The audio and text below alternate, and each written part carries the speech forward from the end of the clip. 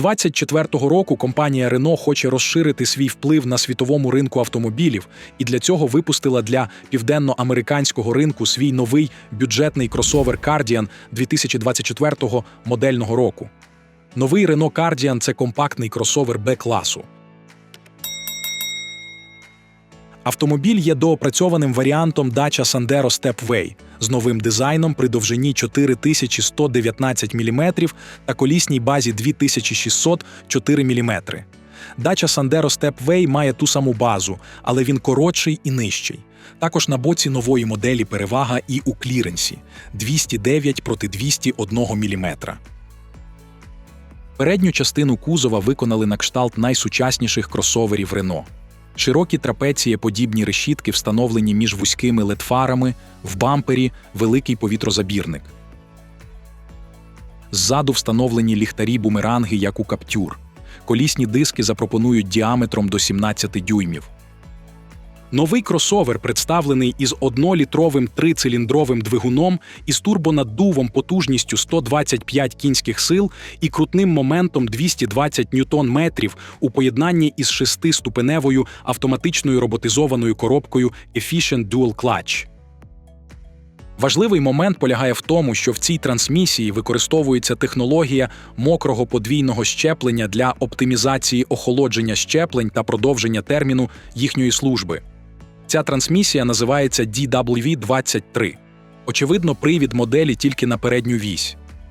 Новий Kardian може похвалитися інноваціями та функціями, які зазвичай зарезервовані для автомобілів вищого сегменту: камери кругового огляду, бездротовий Android Auto, адаптивний круїз-контроль, системи автоматичного гальмування та контролю сліпих зон, а також задні датчики паркування.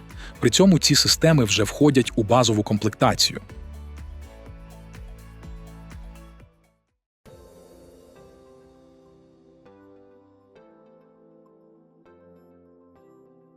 У салоні Renault Kardian кермо знайоме за іншими бюджетними моделями бренду, джойстик на місці селектора КПП та центральний дисплей на 8 дюймів мультимедійної системи.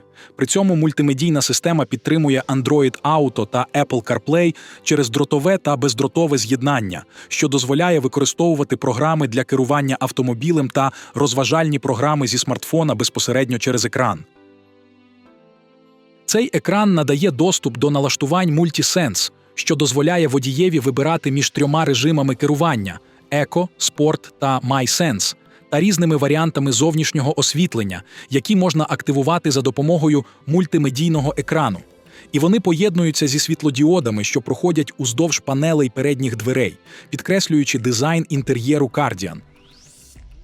Новинка від Renault також оснащена 6 подушками безпеки, а також 13 удосконаленими системами допомоги водієві, включаючи адаптивний круїз-контроль, автоматичне екстрене гальмування та допомога при старті з місця, які є частиною пакету.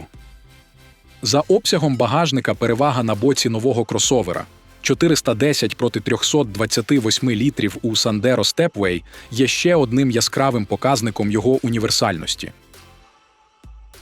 Renault Kardian поки що доступний тільки для замовлень у Південній Америці.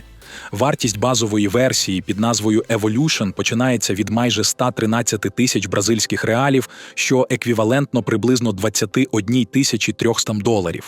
Досить дорого, адже базовий Sandero Stepway у Європі доступний від $15 700.